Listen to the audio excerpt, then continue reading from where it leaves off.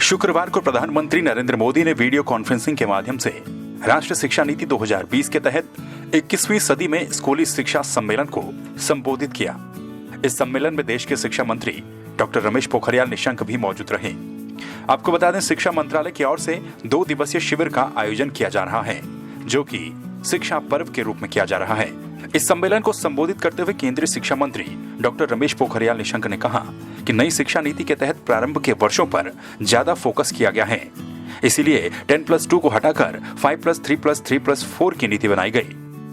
साथ ही शिक्षा मंत्री ने कहा कि अब एक मुखी रिपोर्ट कार्ड की जगह बहुमुखी रिपोर्ट कार्ड होगा और इससे बच्चे की हर प्रकार की क्षमता निखर पाएगी। वर्ष तक के आयु के बच्चों के लिए गुणवत्तापूर्ण प्रारंभिक बाल्यकाल देखभाल और शिक्षा सुनिश्चित करने के लिए प्रारंभिक वर्षों के महत्व पर बहुत बल दिया गया है। इसलिए आपने देखा होगा कि हमने 10+2 को हटा करके 5+3+3+4 किया है। एनसीईआरटी द्वारा 8 वर्ष की आयु तक के बच्चे के लिए प्रारंभिक बाल्यकाल देखभाल और शिक्षा के लिए एक राष्ट्रीय पाठ्यक्रम और शैक्षिक रूपरेखा तैयार की जा रही है। प्रारंभिक बाल्यकाल शिक्षा की योजना बनाने और कार्यान्वयन का कार्य शिक्षा मंत्रालय, महिला और बाल विकास मंत्रालय, स्वास्थ्य और परिवार कल्याण मंत्रालय तथा जनजाति कार्य मंत्रालय द्वारा संयुक्त रूप से किया जाएगा।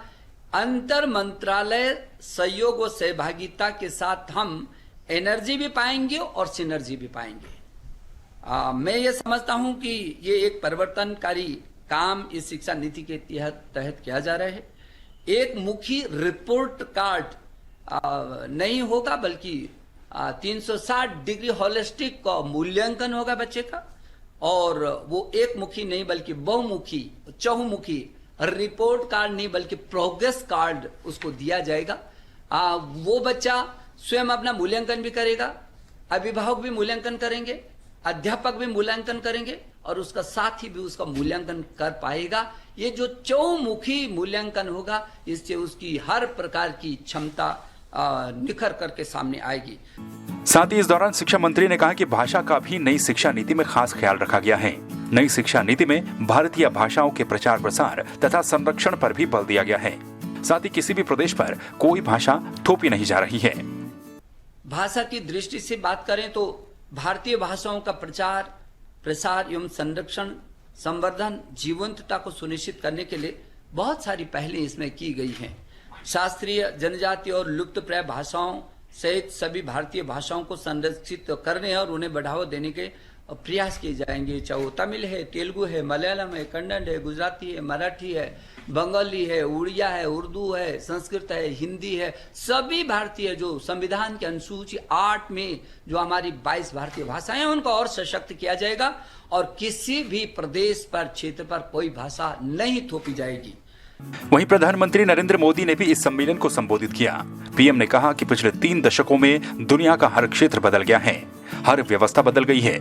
इन 3 दशकों में हमारे जीवन का शायद ही कोई पक्ष हो जो पहले के जैसा हो, लेकिन वो मार्ग जिस पर चलते हुए समाज भविष्य की तरफ बढ़ता है, हमारी शिक्षा व्यवस्था, वो अब भी पुराने ढर्रे पर ही चल रही थी। उन्होंने कहा कि नई राष्ट्रीय शिक्षा नीति भी नई भारत की नई उम्मीदों की, नई आवश्यकताओं की पूर्ति का माध्यम है। इसके पीछे पिछले 4-5 वर्षों की कड़ी मेहनत है।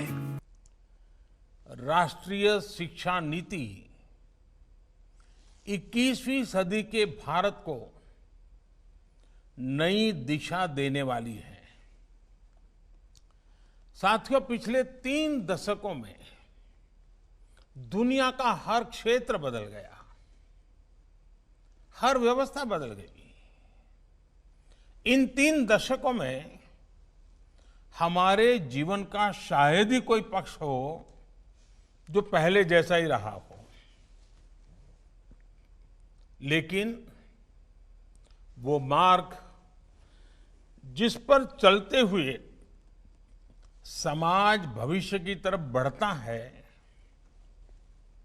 हमारी शिक्षा व्यवस्था वो अब भी पुराने ढर्रे पर ही चल रही थी।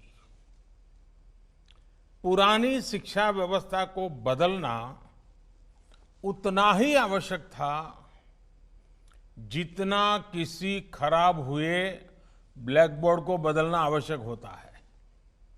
ब्यूरो रिपोर्ट, संवाद 365।